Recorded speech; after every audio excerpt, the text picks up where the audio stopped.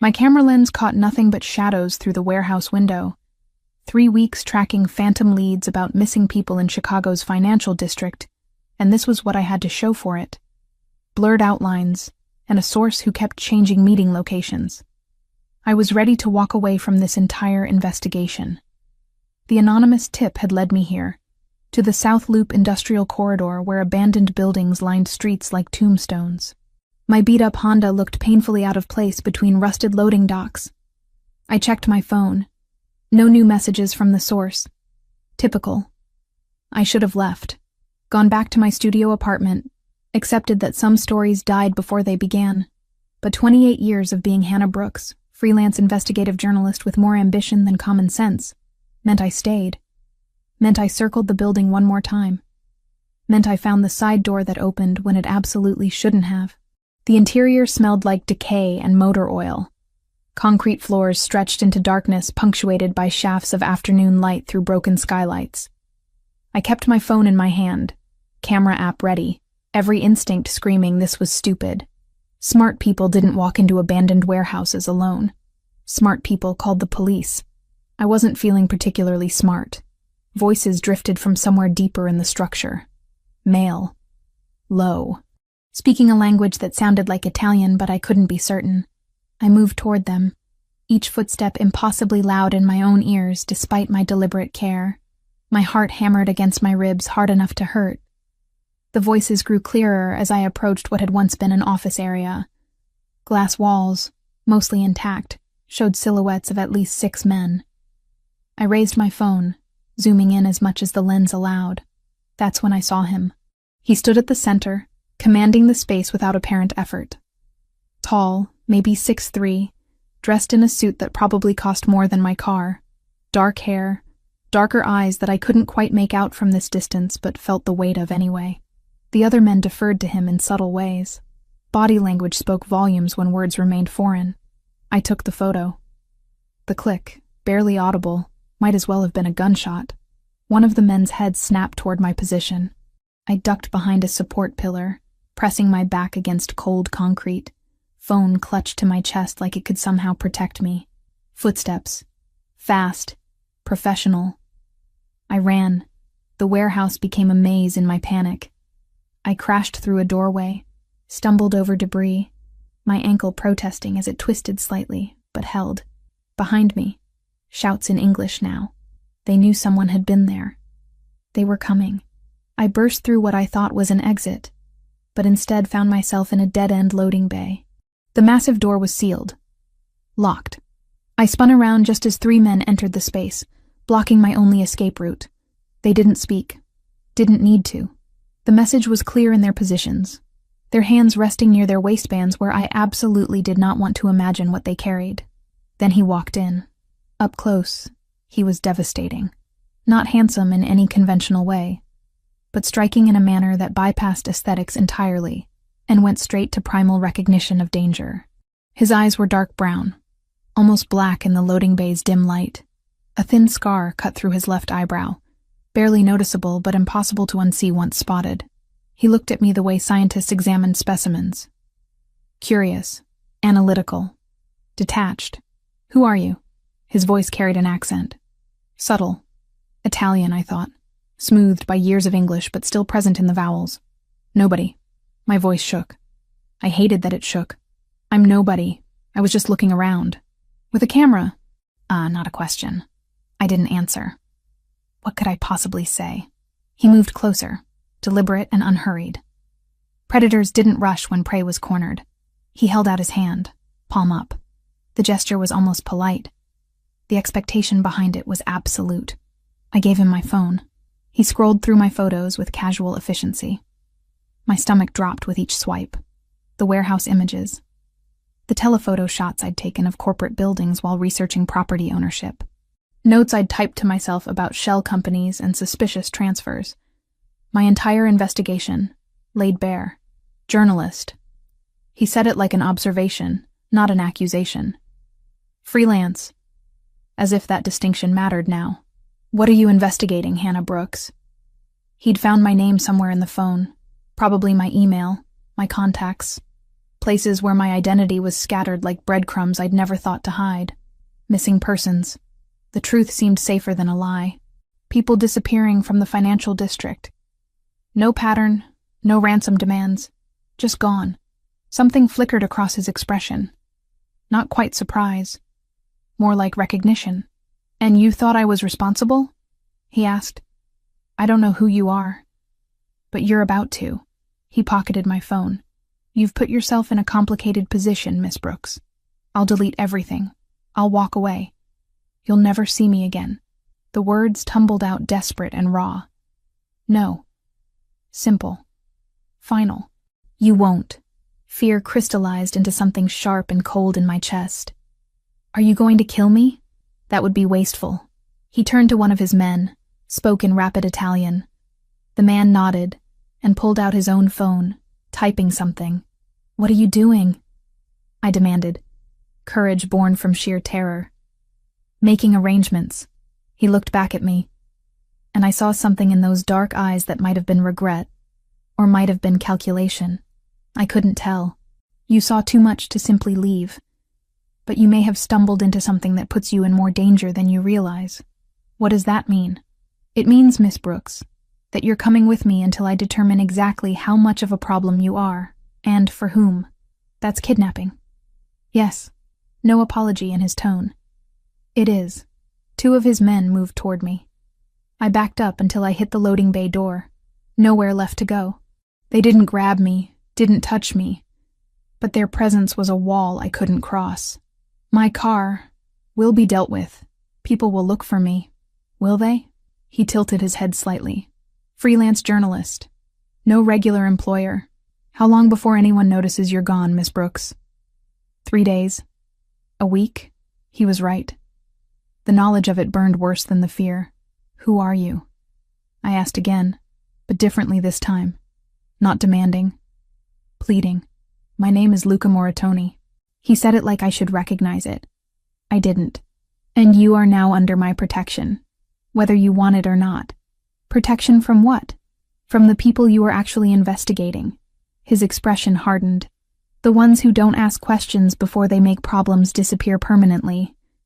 The ones whose operations your research was very close to exposing." He paused. "You should be more careful about which doors you walk through, Miss Brooks.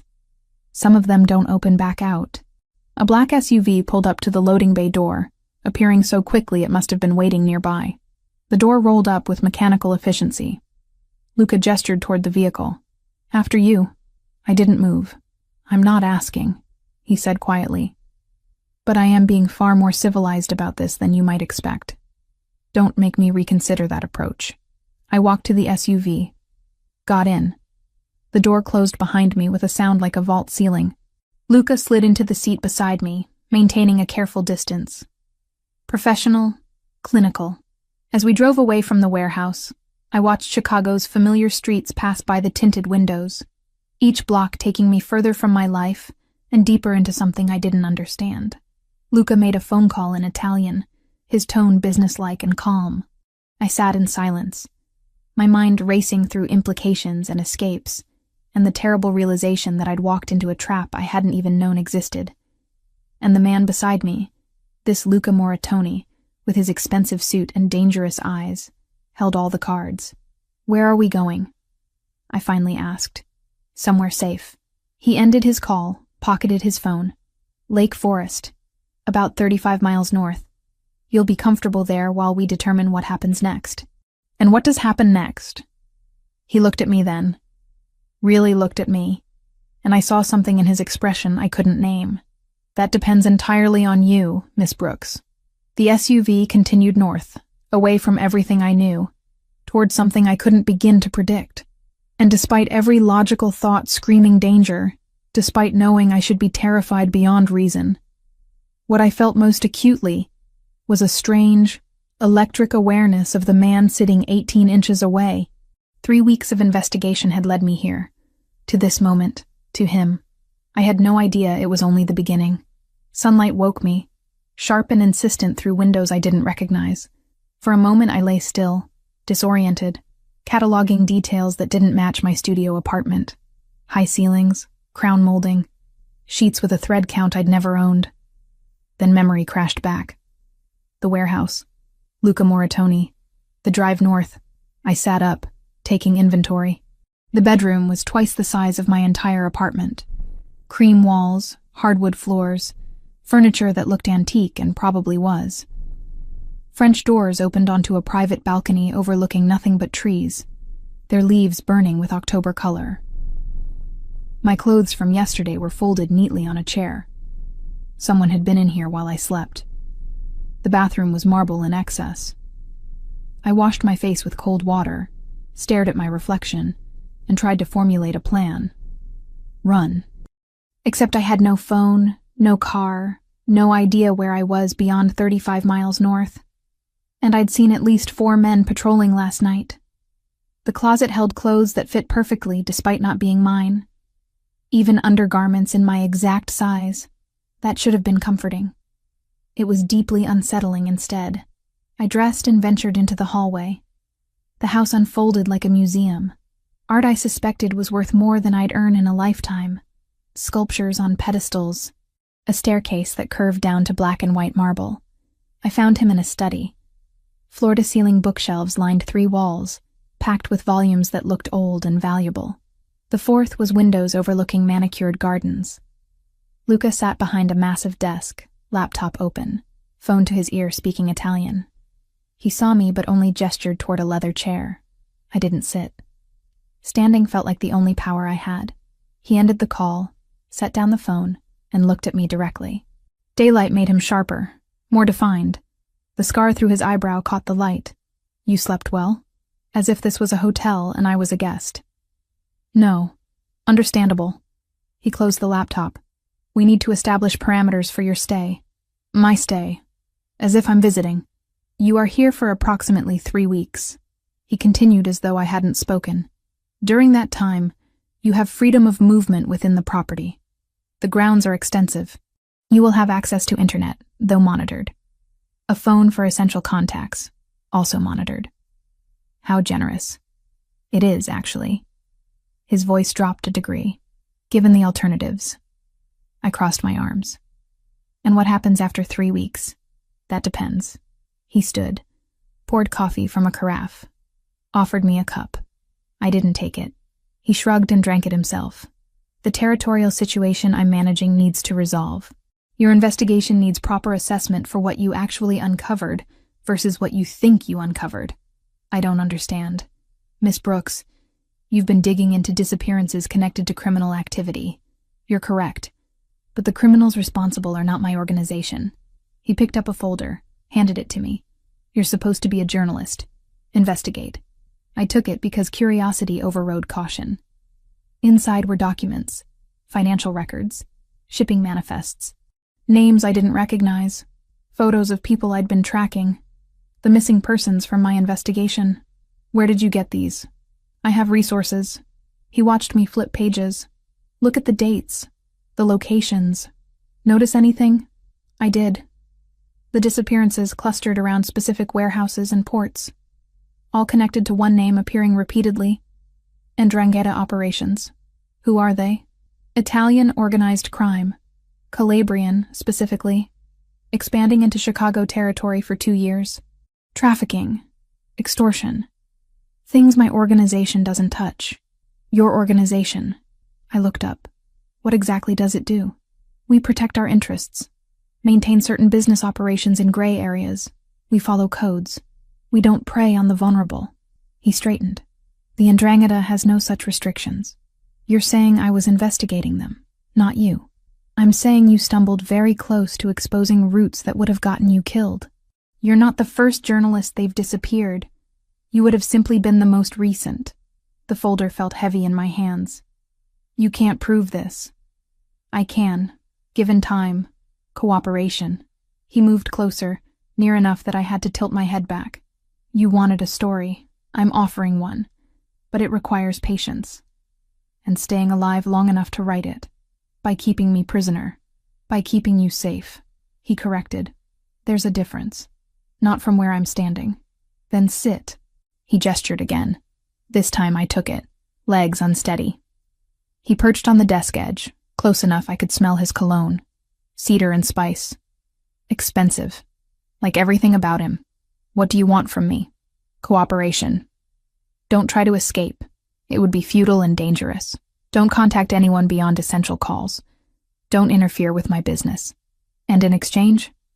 Safety. Comfort. When this is over, information you can use. He paused. Assuming you're still interested in truth. I looked at those photos again. Those missing people. Journalists who got too close. 3 weeks, I said finally. Approximately. And then I can leave. Then we'll reassess. Not quite a promise. Hannah. He used my first name for the first time. It sounded different in his accent. Softer. Almost gentle. I understand this isn't the situation you would have chosen, but it's the situation we're in. We can make it bearable or unbearable. The choice, to some degree, is yours. I met his eyes. Dark brown. Intense. I want to call my editor. She'll worry. After breakfast. He stood. Speaking of which, are you hungry? No. You should eat anyway. The kitchen belonged in a magazine. Someone had prepared eggs, toast, fresh fruit. I ate because refusing felt childish. We didn't speak. Luca checked his phone periodically, responded to messages, acted like involuntary house guests were completely normal. When I finished, he handed me a smartphone. Your editor's number is programmed. 5 minutes. I'll monitor. Keep it simple. I took it to the study and dialed Jessica. Hannah? Jesus, where are you? I'm fine. Following a lead out of town. Might be a few weeks. A few weeks? What lead? The missing person story. It's bigger than I thought. I'll explain when I can. Hannah. I have to go. I ended the call. Luca appeared in the doorway. Well done, he said. Almost approving. Appropriately vague.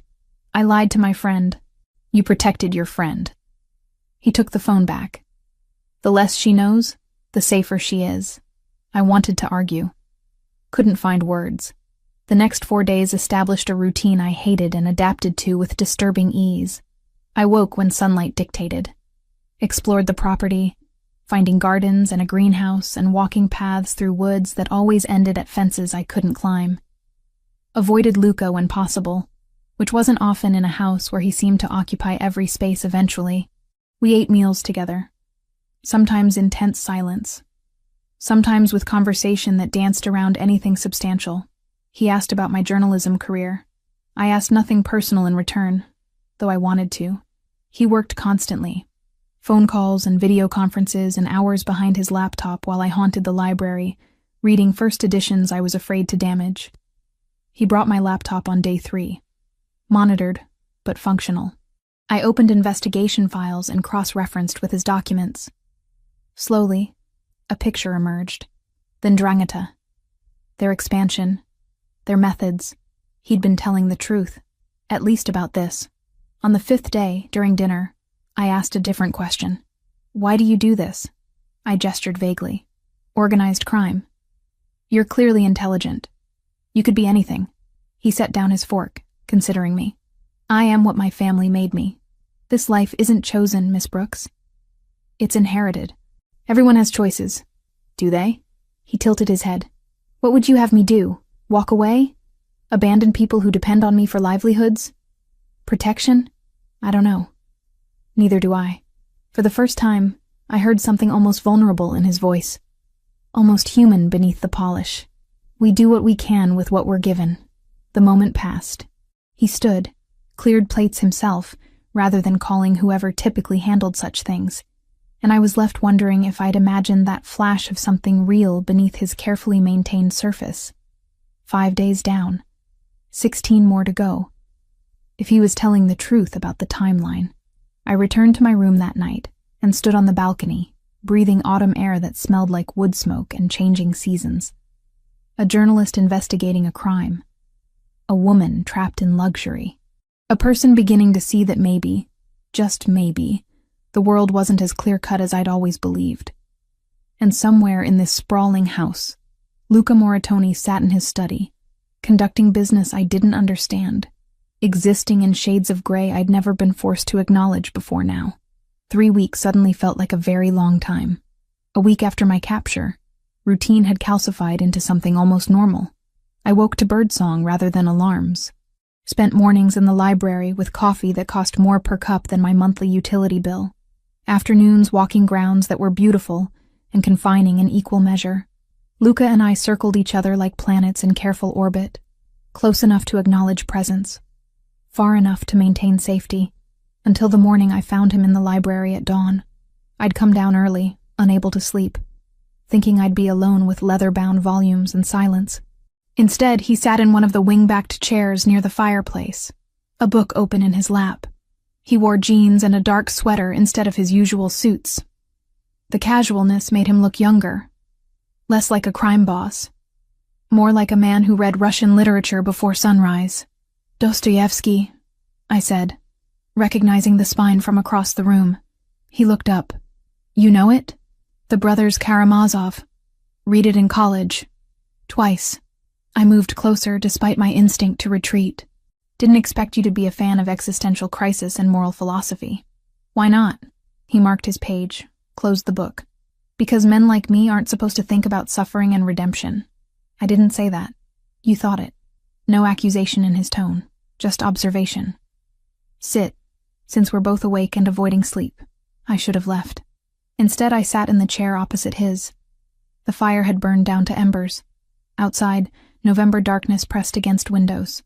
"Can't sleep?" I asked. "Rarely can." He set the book aside. "Hazard of the profession. Always waiting for the call that changes everything. Sounds exhausting." It is. He studied me with that analytical gaze I'd come to recognize. "What's your excuse? Comfortable bed, safe house, no immediate danger." "Maybe that's the problem," I said before I could stop myself. "Too comfortable. Too safe. I keep waiting for the other shoe to drop." "Smart." He leaned back, firelight catching the scar through his eyebrow. "Never trust comfort. It makes you soft." We talked then, really talked, for the first time since I'd arrived. About books, about the philosophy of crime and punishment, about whether people were fundamentally good or fundamentally self-interested. He argued for self-interest with the conviction of someone who'd seen too much evidence. I argued for good, because I had to believe it was possible. An hour passed, like minutes. The conversation ended when his phone buzzed. He glanced at it, and something shifted in his expression. Hardened. "I need to go." He stood, the casual man disappearing behind the professional mask. "There's an issue at one of the establishments downtown. Nothing that concerns you, but I'll be gone most of the day." "What kind of issue?" "The kind I handle." He paused at the doorway. "Stay inside today. Don't go near the perimeter." "Why?"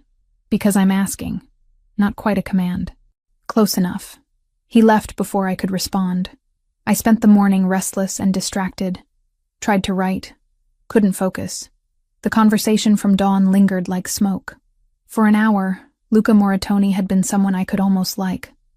Someone intelligent and thoughtful and complicated. Then his phone had buzzed and he'd become someone else entirely. By afternoon, I was pacing the house like a caged animal. I found myself at the windows overlooking the drive, watching for the SUV that had left 6 hours ago. Watching for him.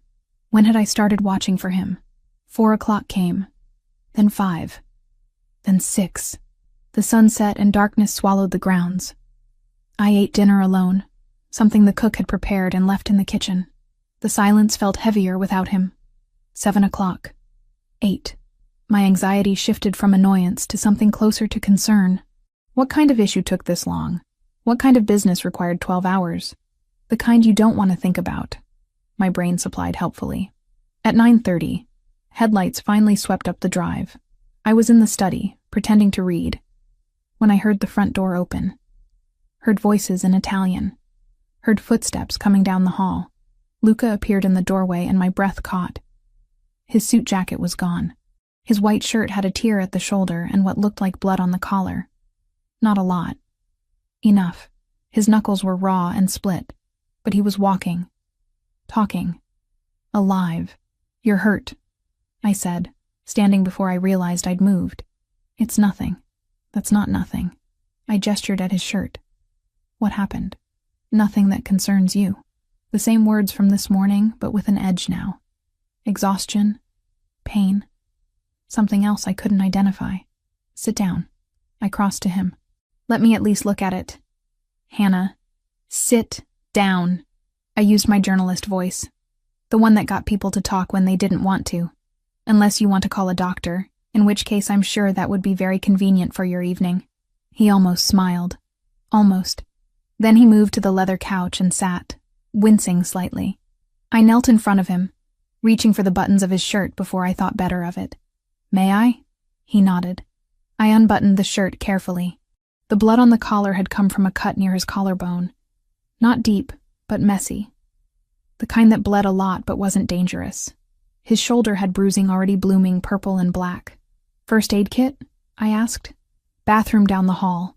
I found it, returned, and set about cleaning the cut. He didn't flinch when I pressed antiseptic to broken skin. Didn't make a sound. Just watched me with those dark eyes while I worked. What happened? I asked again. Quieter this time. Territorial dispute. Minor. Resolved now. This is minor? You should see the other man. Dry humor threaded through exhaustion. I'd rather not. I taped gauze over the cut, moved to his knuckles. They were worse. Split across 3 fingers on his right hand. I cleaned them gently, feeling the calluses on his palm, the warmth of his skin. You don't have to do this, he said. I know. Then why are you? I looked up, met his gaze. Because you're hurt. Because you came back. Because... I didn't finish the sentence. Wasn't sure how. His hand turned under mine, fingers threading through mine for just a moment before he pulled back. The touch lasted 3 seconds. Maybe less. It felt like longer. Thank you, he said quietly. You're welcome. I finished with his knuckles, packed up the first aid kit, and stood. The air between us felt charged, different. Like something had shifted during those minutes of careful touching and unspoken words. The establishment downtown, I said. Was it the Ndrangheta? Yes. What did they want? What they always want. Territory, profit, control. He leaned back against the couch, looking more tired than I'd seen him, more human. They sent a message. I sent one back. The language of violence is unfortunately very clear. Is it over? For now, these things are never truly over. He looked at me then, something unguarded in his expression. You were worried. I was annoyed you weren't here for dinner. The lie came easily. We both knew it was a lie. Hannah. My name again in that accent. Softer. You felt something when you saw me hurt. Don't pretend otherwise. I would feel something seeing anyone hurt. Would you? He stood, moving closer, not threatening, questioning. Would you have spent the evening watching the drive? Would your hands have shaken when you cleaned wounds that aren't yours to care about? I don't know what you're talking about. Yes, you do. He lifted his injured hand, traced one finger along my jaw. The touch was feather light, electric. You're starting to see me as something other than your captor, and it terrifies you. You're wrong. Am I? His thumb brushed across my lower lip. Tell me I'm wrong, Hannah. Tell me you feel nothing. I should have. Should have pulled away. Should have reminded us both that this was impossible for 100 reasons. Instead, I leaned into his touch, just slightly, and watched something ignite in his eyes. This is a bad idea, I whispered. Terrible. He agreed. Neither of us moved away. The moment stretched, taut and trembling. I could feel my pulse in my throat, could see his chest rise and fall with carefully controlled breathing. We stood at the edge of something that would change everything. His phone rang. The spell broke. He stepped back, pulled out the phone, glanced at the screen. I need to take this. His voice had gone professional again.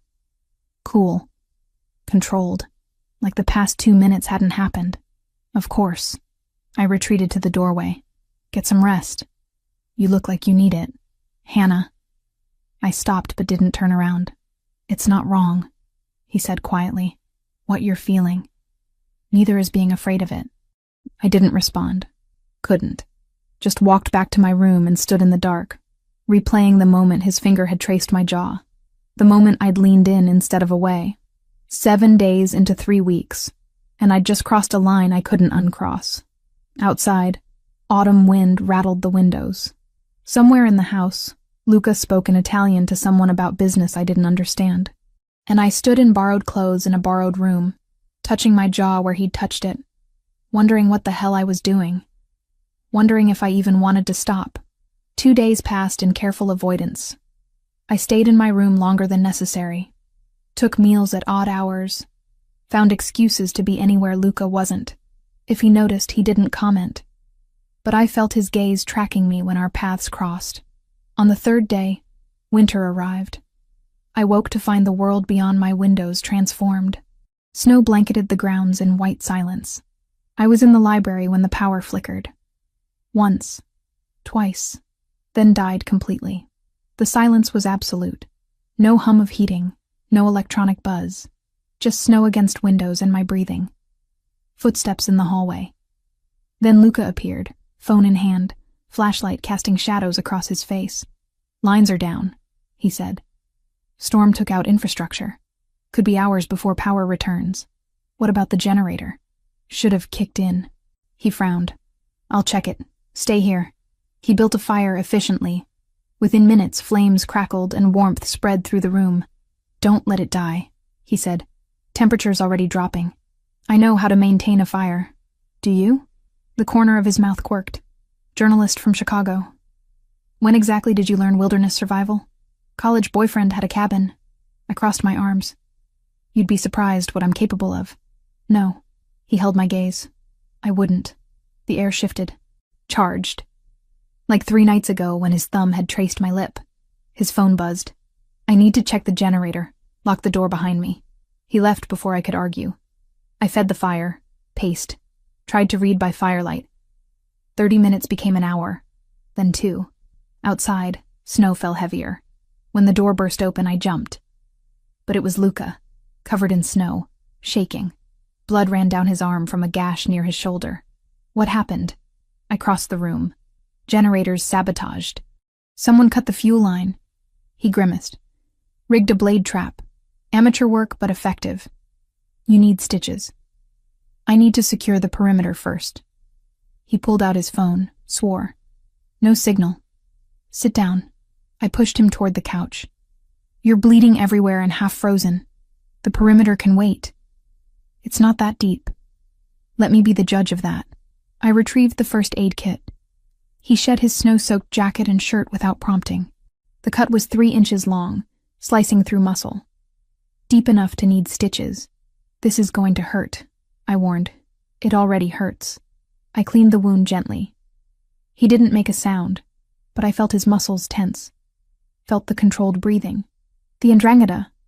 I asked while I worked. "Most likely. They knew this storm was coming. Perfect cover. For what? For making a point. For showing they can reach us here." His jaw tightened. "For reminding me that safety is an illusion." I started butterfly closing the wound. "Not ideal, but it would hold." "Your investigation," Luca said suddenly. "The missing persons. You were tracking patterns, yes?" "Yes. Why?" "When you looked at the files I gave you, the Ndrangheta operations. Did you notice something about the locations?" I thought back. The warehouses. The ports. They were near transportation hubs. Places where people could be moved quickly. What else? They were in areas where multiple jurisdictions overlap. Where responsibility gets blurred. Exactly. He watched me work. You were close to exposing a trafficking route that runs through 4 states. Closer than anyone else has gotten. That's why you're dangerous to them. You knew this when you took me." I suspected. "I've confirmed it since." He caught my hand. "Hannah, that research you did, those connections you made, that's why they would have killed you without hesitation." His hand was warm on mine. Strong. Steady despite the injury. "Then you did save my life," I said quietly. I complicated it beyond recognition. His thumb traced across my knuckles. "But yes, I suppose I did." I finished bandaging his arm in silence. The fire crackled. Snow whispered against windows. "Stay here tonight," Luca said, "until I can sweep the house properly. I'm not afraid." "You should be." He stood, Moved to the windows. Fear keeps you careful, keeps you alive. Is that how you live? In constant fear? No, in constant awareness. There's a difference. I fed more wood to the fire. The library was warm now, insulated by thick walls, but I could feel cold seeping in from the rest of the house. What happens if they come tonight? I asked. Without power or security systems. Then I handle it. Simple. Certain. But they won't. The storm is message enough. They'll wait to see how we respond. We. Yes. He looked at me directly. You're part of this now, Hannah. Whether you wanted to be or not. I didn't want any of this. I know. Something soft entered his expression. But here we are. Despite everything, I almost smiled. You have a twisted sense of humor. It's how I stay sane. He sat carefully, favoring his injured arm. Tell me something. Why journalism? Why investigate things that get people killed? I sat opposite him. The fire cast dancing shadows. Because someone has to. Because the people who disappear deserve to be remembered. Because silence is complicity. Even when truth is dangerous? Especially then. He studied me for a long moment. You remind me of someone. My brother, Gabriel. He believed in absolutes too, right and wrong. Justice and injustice. Past tense. He died 5 years ago. Caught in crossfire meant for me. The pain in his voice was raw. He was 23, studying law. Going to be the legitimate Moritoni. I'm sorry. So am I. He leaned back. He would have liked you. Would have argued philosophy with you for hours. What was he like? And Luca talked. Really talked. About Gabriel. About growing up in a family where violence was currency. About the brother who'd wanted different and died for it. About carrying that weight every day since. I listened. Asked questions. Saw pieces of him I hadn't glimpsed before. The grief. The guilt. The walls that kept people out. Hours passed. The fire burned low. I added more wood. Snow continued falling. And in that library, cut off from the world, we stopped being captor and captive. We were just two people talking in the dark about loss and choices. I need to tell you something, I said finally, about my investigation. Tell me. I wasn't just tracking disappearances. I was tracking people trying to expose the Ndrangheta. Activists, other journalists, a prosecutor. They all went silent in the same 6-month window.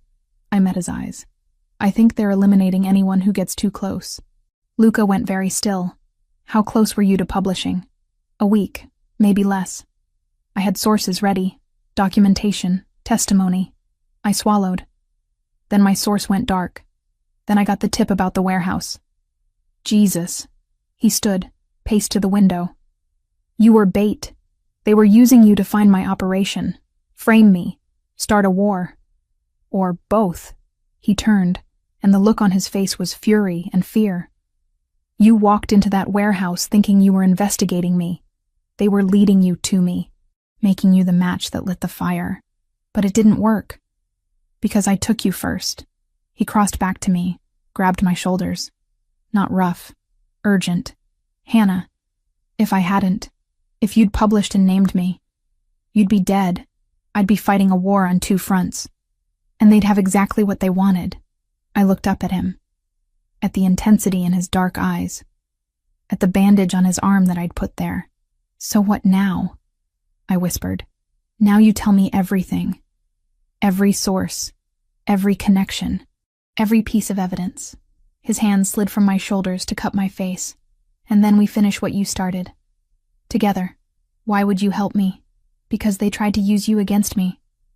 Because they hurt people I'm supposed to protect. His thumb traced my cheekbone. Because you matter. And I'm done pretending you don't. The kiss happened without decision. His mouth on mine. My hands fisting in his shirt. The firelight and the snow and the danger all fading. When we broke apart, both breathing hard, neither of us moved away. This changes everything, I said. I know. We can't take it back. I don't want to. I kissed him again. Deeper this time, certain, and felt the last walls between us crumble. 3 days later, the storm broke. Power returned. Life resumed its careful rhythm. But everything had shifted. We'd crossed the line. There was no going back now. Only forward. Together. Into whatever came next. 3 weeks since the warehouse. The timeline Luca had promised initially. But everything had changed. I sat in his study while he worked through intelligence reports.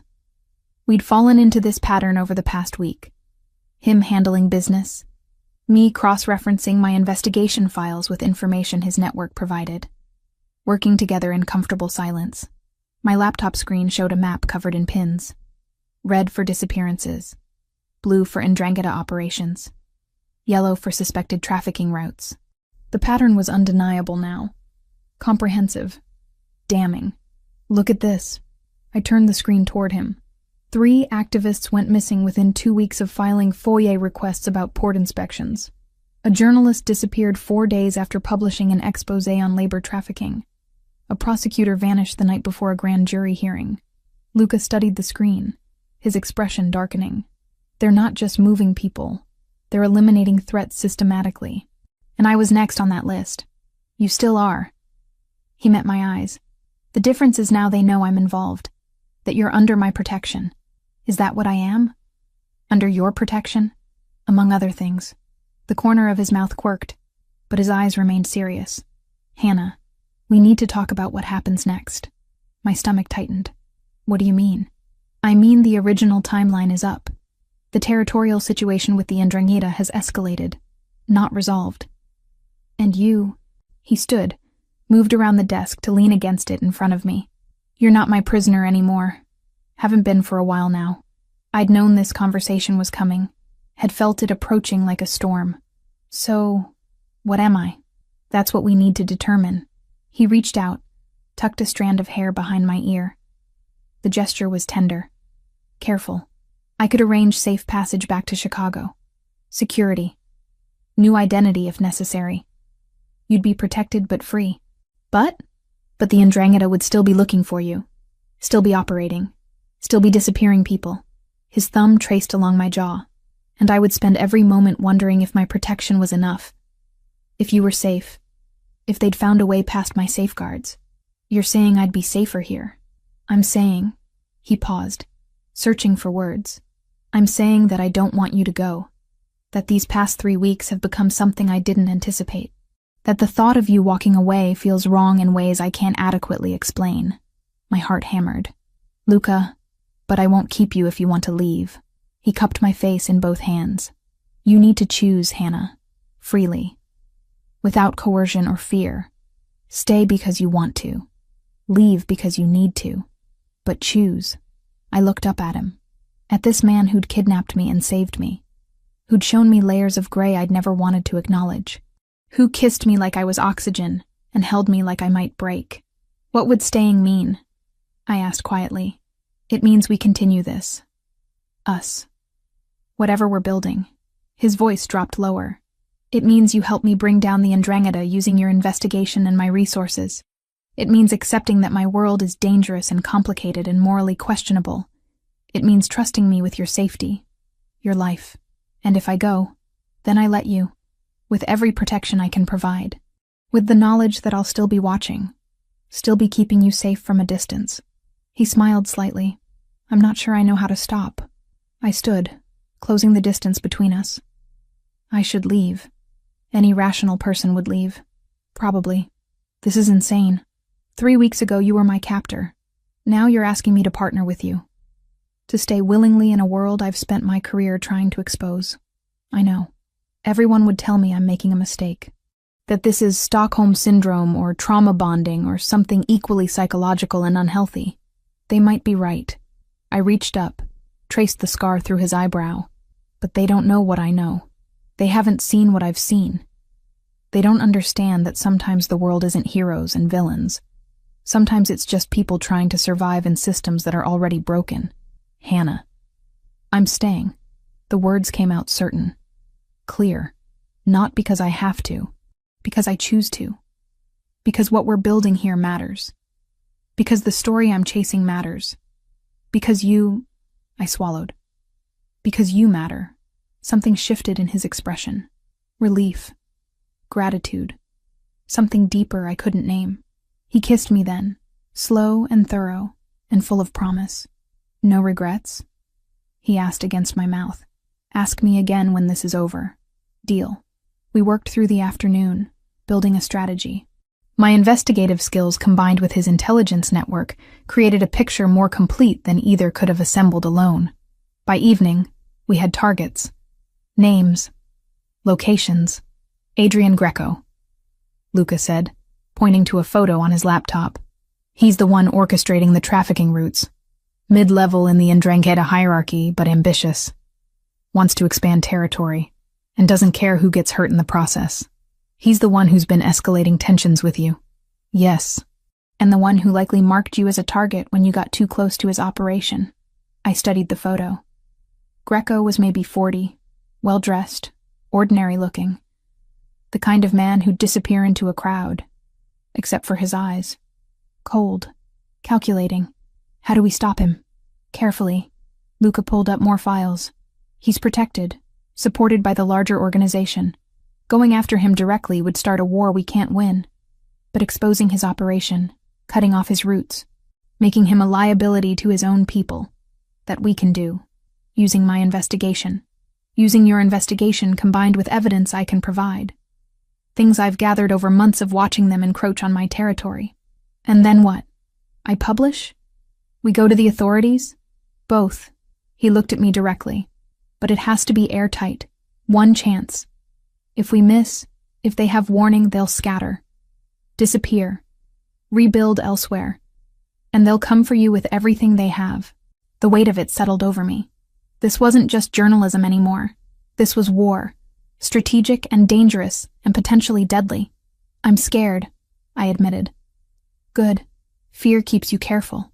He pulled me close. But you're not alone in this. Not anymore.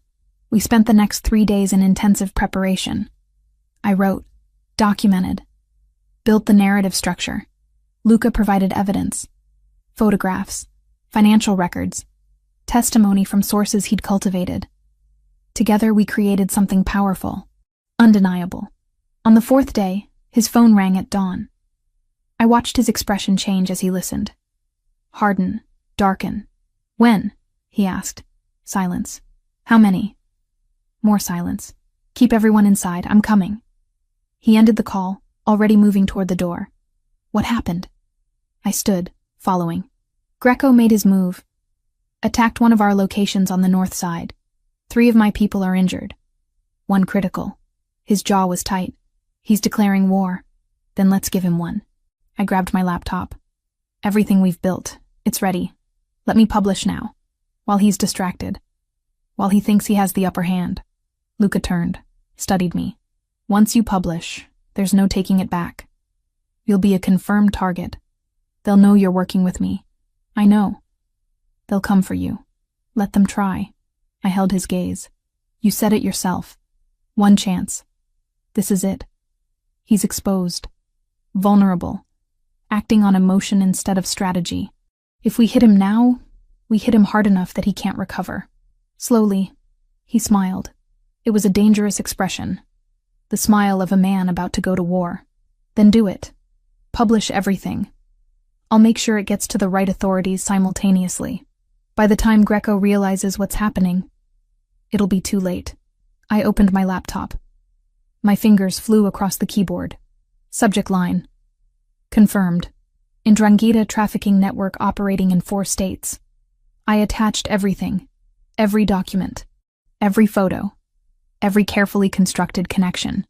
I sent it to Jessica first, then to 3 national news outlets, then to the FBI field office, then to the state attorney's office. 14 emails, 14 bombs, sent simultaneously. It's done, I said. Luca looked at his phone as notifications started flooding in. His contacts, his network, all receiving the same information through different channels. It's done, he agreed. Outside, dawn broke over Lake Forest. Inside, we'd just declared war on an organization that made people disappear, that trafficked human beings, that killed anyone who got too close. I should have been terrified. Instead, I felt certainty, purpose. Like every choice in my life had led to this moment. Luca's phone rang again. He answered, listened, and smiled. Greco just got arrested. FBI raid on his location based on evidence received this morning. They found exactly what we said they'd find. And his operation? Raids across 4 states. Coordinated. Simultaneous. He looked at me with something like awe.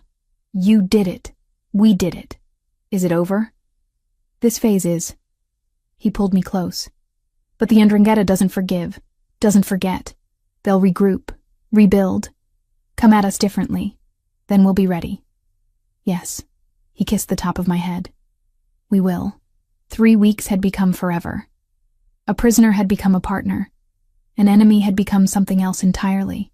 And standing in his study as sunlight streamed through windows, as sirens echoed in the distance where arrests were happening, as everything we'd built together began dismantling an empire of cruelty, I knew I'd made the right choice. Whatever came next, we'd face it together. The article went viral within hours. By afternoon, every major news outlet was running with it. Federal agents executed warrants across Chicago, Detroit, Cleveland, and Pittsburgh. The Ndrangheta's trafficking network collapsed under the weight of evidence I'd spent months gathering, and Luca had strategically enhanced.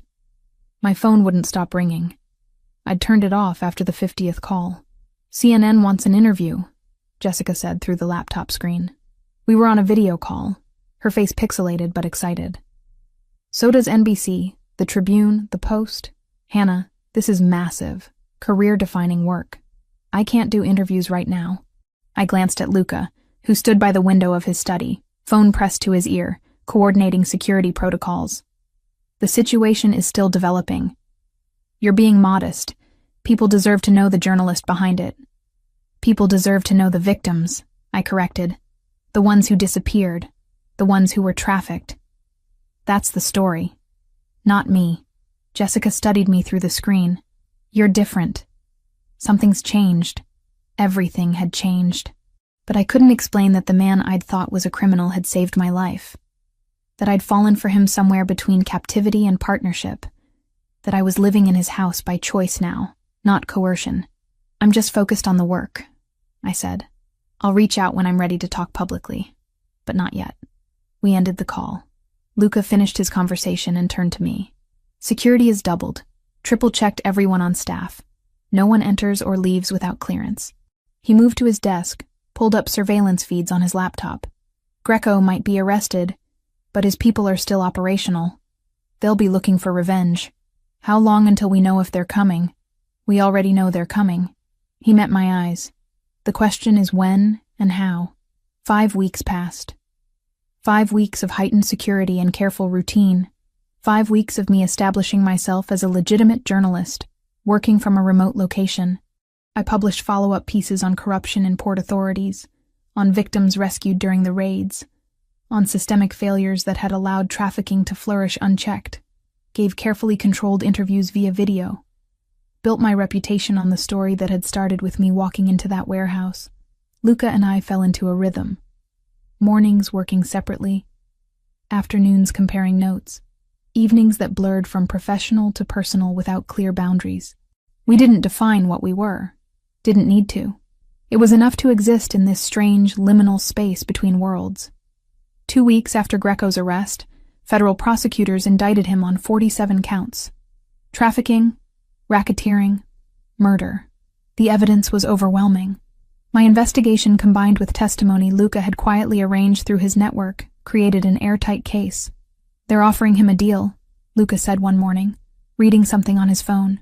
Cooperation in exchange for reduced sentence. Will he take it? If he's smart. He set the phone down. But pride makes people stupid, and Greco has always had too much pride. 3 days later, we got our answer. Greco refused the deal, demanded trial, proclaimed his innocence loudly to anyone who would listen. He's gambling, I said, reading the news coverage, hoping the organization will protect him. Get him lawyers. Apply pressure. They won't. Luca's voice was certain. He became a liability the moment he got arrested. The Ndrangheta doesn't protect liabilities. They eliminate them. You think they'll kill him? Eventually. But first they'll focus on the source of their exposure. They'll focus on us. I should have been terrified. Instead, I felt strangely calm. prepared. We'd been planning for this since the moment I hit send on that first email. The attempt came on a Tuesday morning in early December. I was in the library, researching a follow-up piece about corruption in port authorities, when the alarms went off. Not the house alarm. Something different. Deeper. More urgent. Luca appeared in the doorway within seconds. Basement, now. What's happening? 3 vehicles approaching. Unknown. Moving fast. He had a gun in his hand. I'd seen him armed before, but never with that particular expression. Focused. Ready. Hannah. Basement. Don't argue. I didn't argue. Ran for the stairs he indicated. He followed. Entered a code on a keypad I'd never noticed. A door opened to reveal stairs leading down. The basement wasn't a basement. It was a safe room. Reinforced walls. Monitors showing every angle of the property. Weapons locked in a cabinet. Enough supplies to wait out a siege. Stay here. He moved to the monitors, studying the feeds. Security team is engaging. 3 vehicles, approximately 9 hostiles. They're not subtle. Professional? Professional enough. He touched his earpiece, spoke rapidly in Italian. On the monitors, I could see SUVs blocking the drive. Men in tactical gear moving with purpose toward the house. Gunfire crackled through the speakers. Luca's security team engaging from defensive positions. The hostiles returned fire, advancing despite resistance. They're committed, Luca said quietly. This isn't a warning. It's an assault. What do? We wait. My people are trained for this. The house is fortified. Unless they brought explosives, they're not getting in. As if in response, one of the monitors flared white. Explosion. The front entrance. Or they brought explosives, Luca said. His hand moved to the weapon cabinet, opened it, handed me a gun. Do you know how to use this? Point and shoot? Safety here. Aim center mass. Don't hesitate. He checked his own weapon with practiced efficiency. They're not coming down here. But if they do, if somehow they get past everything else, you shoot anyone who isn't me. Luca, promise me. I promise. He moved back to the monitors. On screen, hostiles breached the entrance. Smoke obscured the footage. His security team engaged, holding them in the entryway. But there were too many. Too determined. Luca spoke into his earpiece. Commands in Italian. On screen, 2 of his men fell back, regrouped. Created a defensive line between the hostiles and the interior of the house. 10 minutes of chaos, gunfire, shouting. The monitors showing violence I'd only ever seen in movies. Men fell on both sides.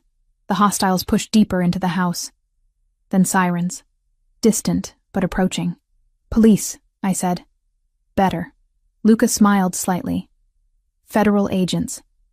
I called them the moment the alarms went off. On screen, the hostiles heard the sirens too. Began retreating. Fell back toward their vehicles. His security team pressed the advantage, driving them out. By the time law enforcement arrived, the assault was over. 5 hostiles dead. 3 captured attempting to flee. 4 of Luca's security team injured. None fatally. We emerged from the basement to controlled chaos. Federal agents securing the scene. Paramedics treating wounded. Evidence teams photographing everything. Agent Morrison approached. Mr. Muratoni. Miss Brooks. Interesting morning. That's one word for it, I said. We'll need statements from both of you. He looked around the damaged entryway. Though I think we can piece together what happened. Retaliation for your exposé, Miss Brooks. And Drangheta sending a message. They sent it, Luca said. My people received it, and returned it with interest. We gave statements, answered questions, watched as agents hauled away the 3 surviving hostiles. By evening, the scene was cleared. The house was silent again except for repair crews working on the damaged entrance. I stood in the library, looking at the windows, realizing how close we'd come, how easily it could have ended differently. Luca found me there. You're shaking, he said gently. Adrenaline wearing off. Come here. He pulled me close. I buried my face against his chest, finally allowing myself to feel the fear I'd been suppressing. They could have killed us, I whispered, but they didn't. We were ready. We survived. Is this my life now? Constant threat? Armed security? Panic rooms? He pulled back to look at me. I won't lie to you. This world, my world, comes with dangers. You knew that when you chose to stay. But Hannah, you exposed an entire trafficking network. You saved lives. That has consequences. Would have had consequences even without me. He was right. The moment I'd started investigating the 'Ndrangheta, I'd put myself in their crosshairs. Being with Luca had complicated things. But it hadn't created the danger. It had just changed how we faced it. I don't regret staying, I said. Even after this morning? Especially after this morning. I looked up at him. Because when everything went to hell, you protected me. Because your people fought for us. Because we're building something here that matters. He kissed me then. Soft and careful. Like I was something precious. 2 weeks later, the 3 captured hostiles made deals. Testified against the 'Ndrangheta leadership in exchange for reduced sentences. Their testimony, combined with my published investigation and the evidence seized in raids, dismantled the organization's Chicago operations entirely. Greco went to trial. Was convicted on all counts. Sentenced to life without parole. And slowly, carefully, the immediate danger receded. Not disappeared. Never disappeared in Luca's world. But reduced to manageable threat levels. I published more articles. Established myself as an expert on organized crime and human trafficking. Gave carefully vetted interviews. Built a career on truth-telling and investigation. 3 months after the warehouse, I was still living in Lake Forest. Still working alongside Luca. Still choosing every day to stay in this complicated, dangerous, impossible life we were building together. And when he introduced me to the other family heads at a meeting he couldn't avoid, presenting me not as property, but as partner, as someone who'd helped protect territorial interests while exposing traffickers, I saw respect in their faces. Not all of them approved. Some saw me as a liability, a threat, an outsider who didn't understand their world. But Luca made his position clear. I was under his protection. I was his partner in both business and life. And anyone who threatened me answered to him. Standing in that room full of dangerous men, holding my ground, I realized something fundamental had shifted. I wasn't Hannah Brooks, freelance journalist who'd stumbled into the wrong warehouse. I was Hannah Brooks, investigative journalist who'd brought down a trafficking network, who'd partnered with Luca Moratoni, who'd chosen this life with open eyes. And I'd keep choosing it, every single day. 6 months after Greco's conviction, I thought we'd found equilibrium. A careful balance between the life I'd known and the one I'd chosen. I was wrong. The threat came from a direction we hadn't anticipated. Christopher Bellini was 29, ambitious, and reckless in ways Greco had never been. He'd risen through 'Ndrangheta ranks after the power vacuum my expose had created. Younger generation. Less interested in codes. More interested in proving himself through violence. He's declared vendetta, Luca said one morning in June, phone in hand. Personal. Against both of us. Greco's in prison because of his own choices. Bellini doesn't see it that way. To him, you're the journalist who destroyed a profitable enterprise. He set the phone down. He's making noise about honoring debts and protecting reputation. What does that mean practically? It means he's young and stupid enough to come after us despite knowing the consequences. We need to increase security. I should have been used to this by now. But 6 months of relative calm had lulled me into something resembling normalcy. That ended the day they burned my car. I'd driven into Chicago for a meeting with my editor. Rare trip outside Lake Forest. Lunch at a restaurant I'd been going to for years. 2 security personnel with me. When we came out, my Honda was engulfed in flames in the parking structure. No one was hurt. That was the point. This wasn't an attempt on my life. It was a message. We can reach you. Luca met me at the property, his expression darker than I'd ever seen it. This stops now, he said. You don't leave the property. Not until Bellini is handled. You can't just lock me up again. I'm not locking you up. I'm keeping you alive. He grabbed my shoulders, urgent. Hannah, they burned your car in broad daylight. That's bold. That's someone who doesn't care about exposure. Then we expose him like we exposed Greco. It's not that simple. Bellini hasn't been operating long enough to leave that kind of trail. He's paranoid, Tech savvy. Luca released me, paced to the window. We're working on it. But it takes time. How much time? I don't know. Days blurred into weeks. July heat settled over Chicago. I worked from the estate, published articles remotely, gave interviews via video, pretended everything was normal while security tripled. Luca grew more tense, more distant. I'd catch him staring at surveillance feeds at 3 a.m, waiting for the next threat. Talk to me, I said one night, finding him in his study after midnight. There's nothing to talk about. You're barely sleeping, barely eating. You're running yourself into the ground. Someone has to. He didn't look away from the screens. Bellini's getting bolder. 2 more incidents this week. Let me help. You are helping. By staying safe. That's not helping. That's hiding. Then hide. He finally looked at me, and I saw fear beneath the anger. Raw and honest. Because I can't do this if I'm constantly worried about you being the next target. The argument that followed was our first real fight. Loud. Heated. Full of things we'd been avoiding. I accused him of being controlling. Of reverting to the man who'd kidnapped me. He accused me of being reckless. Of prioritizing pride over survival. We both said things we regretted. I slept in a different room that night. Lay awake wondering if we'd just broken something that couldn't be fixed. Morning brought clarity and apology. Both of us. Meeting in the kitchen at dawn. I'm scared, Luca admitted. More scared than I've been in years. Because losing you isn't theoretical anymore. I'm scared too, I said. But I can't live in a cage. Even one built with the best intentions. That's not living. That's surviving. Then what do? We find middle ground. You protect me, but you don't suffocate me. We handle this together. I took his hand. Like everything else. He squeezed my hand. I'm not good at middle ground. I know. Learn.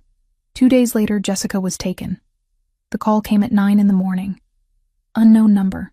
Bellini's voice. Young and arrogant. You destroyed something valuable, Miss Brooks. Now I've taken something valuable from you. Fair trade, yes. My blood went cold. Who? Your editor. Jessica Carter. She's alive. For now. Luca was already tracing the call, fingers flying across his keyboard. What do you want? I asked. You. Public retraction of your exposé. Admission that you fabricated evidence. Bellini laughed. And then maybe I let her go. Maybe. You know I can't do that. Then your friend dies. Slowly. Painfully. The call ended. I looked at Luca. Tell me you got something. Location. Approximate. West Side industrial area. He was already making calls. He's using her as bait. Wants you to come running. Then we don't run. We plan. I pulled up maps, cross-referenced with property records. Abandoned factories. Somewhere isolated. We worked through the morning, building strategy. By afternoon, we had 3 candidates. We can't hit all 3 simultaneously, Luca said. Then we make him tell us which one. I pulled out my phone. I call him back. Tell him I'm ready to cooperate. He'll take me to wherever he's holding Jessica. Absolutely not. It's the only way. It's suicide. I won't be walking in alone. I met his eyes. You'll be there. Your team will be there. And we'll have federal agents on standby. Morrison owes us. Luca stared at me for a long moment. This is exactly the kind of reckless plan I was afraid of. Good thing I learned from the best. I held up my phone. Do we call him, or do we let Jessica die? He swore. In Italian. Then nodded. I made the call. Bellini was predictable. Agreed to meet that evening. Gave me an address. West Side. Exactly where we'd guessed. Come alone, he said. Or she dies. I'll be there. 6 hours to prepare. Luca coordinated with Morrison. Federal agents would stage nearby. His security team would infiltrate the perimeter, create overlapping fields of fire. You wear a vest, Luca said. Non-negotiable. The moment things go wrong, you hit the ground. Define things go wrong. Anything that involves bullets. He helped me into the Kevlar vest. Hannah, promise me you'll be careful. Promise me you will too. At 7, I drove to the address. Alone in a car equipped with tracking equipment. My heart hammered. The location was an abandoned factory, rust and broken windows. I parked where instructed, got out slowly, hands visible. Bellini appeared with 4 men, sharp suit, designer watch, playing dress-up as a crime boss. Miss Brooks, punctual. He gestured, and one of his men shoved Jessica forward. Alive, bruised, terrified. See? Unharmed. Mostly. Let her go, I said. I'm here. Not quite yet. Bellini circled me. First, you're going to call your news outlets. Tell them you fabricated evidence. That's a lie. That's survival. He pulled out a gun, pressed it to Jessica's temple. Call. Now. I pulled out my phone. Dialed. Waited for the signal that would tell Luca's team I was in position. Then everything happened at once. Federal agents burst through doors on 3 sides. Luca's security team opened fire from elevated positions. Bellini's men scattered, chaos erupting in heartbeats. I hit the ground, covering Jessica's body with mine. Gunfire cracked overhead, shouting in English and Italian. It lasted maybe 3 minutes. Felt like hours. When silence fell, Bellini was on the ground, wounded and captured. His men were dead or surrendering. Jessica was safe.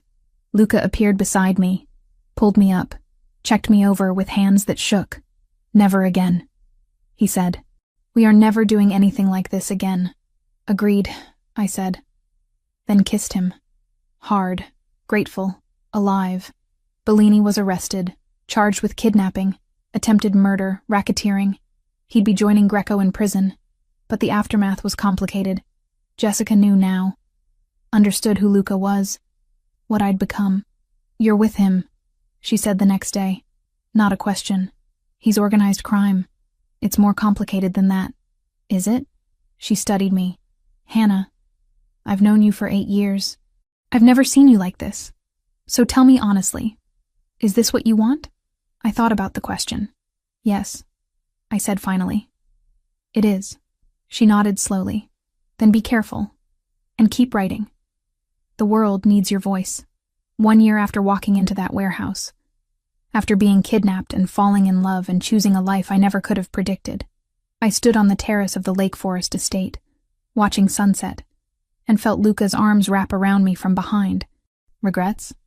He asked softly. I leaned back against him, felt his heartbeat. Thought about everything we'd survived, everything we'd built. Not a single one. Good. He kissed the top of my head. Because I'm done letting you go. Ever. Promise? Promise. The sky darkened. Stars emerged. And somewhere in Chicago, people lived and died and made choices that would define them. We'd made ours. Together. And we'd keep making them. Every dangerous, impossible, perfect day. 2 years after the warehouse. 2 years of building something impossible and making it work. I stood in the library of the Lake Forest estate, now as much my home as Luca's, and looked at the bound manuscript on the desk. My book. The full story of the Ndrangheta trafficking network. The investigation that had nearly killed me. And the complicated truth of organized crime in modern America. You're sure about this? Luca asked from the doorway. He held 2 cups of coffee, morning ritual we'd developed. I'm sure. I took the coffee, savored the warmth. It's time. The story needs to be told properly. The whole thing. Start to finish. Including us? Especially us. I looked at him. Not the details. Not anything that compromises security. But the truth that the world isn't black and white. That sometimes the people we're taught to fear are more complicated than the narrative allows. He moved to the window, looking out at grounds covered in October color. The families won't like it. Some already think you're a liability. This will make it worse. Let them think what they want. I joined him. You've protected me for 2 years. We've survived 2 attempts, multiple threats. I'm not backing down now. I know. He smiled slightly. I stopped expecting you to back down 18 months ago. That was a good plan. That was a terrifying plan that somehow worked. He turned to face me fully. Hannah, if you publish this, there's no going back. Your name will be permanently linked to mine, to this world. People will judge you, question your ethics. They already do. I reached up, touched the scar through his eyebrow. The moment I chose to stay, I made my choice. This book is just me being honest about it. He caught my hand, pressed a kiss to my palm, then publish it. Tell the truth. The book released 6 months later, in April. The response was immediate and polarizing. Some praised it as groundbreaking investigative journalism that humanized complex criminal networks without excusing their actions. Others condemned it as propaganda from a compromised journalist. I did interviews, defended my work, explained that understanding wasn't condoning. Jessica stood by me. So did other journalists who recognized the integrity in it. But others wrote op-eds, questioning my credibility. My relationship with Luca Moritoni. "They're calling you my captive who developed Stockholm Syndrome," Luca said one evening, reading his phone. "Let them." I closed my laptop. "Anyone who actually reads the book will see that's not what happened. You're taking this better than I expected, because I know the truth. We know the truth." I moved to sit on the edge of his desk. "I walked into your life by accident. I stayed by choice. Everything after that was us figuring out how to build something real." He pulled me closer, hands settling on my hips. 2 years. Sometimes it feels like yesterday. Sometimes like forever. "Both," I agreed. "It's both." His phone rang. He glanced at it, expression shifting. "It's Marco, from the council. Marco Rinaldi, head of one of the 5 families that formed the alliance Luca worked within. Older generation, traditional, not a fan of mine." "Answer it," I said. Luca did, putting it on speaker.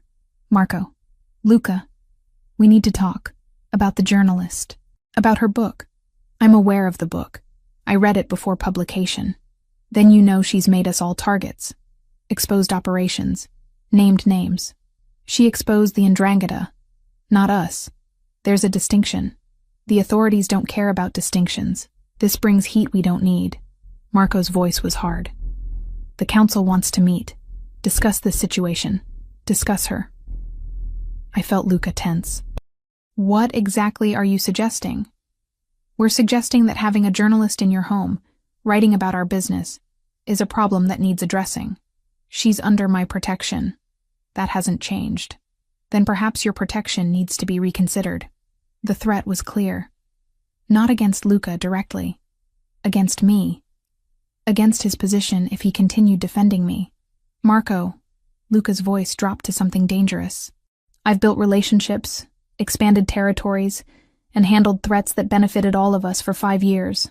I've earned my seat at your table.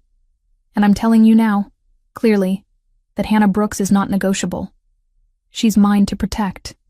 And if the council has a problem with that, they can bring it to me directly." Silence. Then a sigh. "You're willing to risk everything for her?" "Yes." Another pause. "The council meets next week.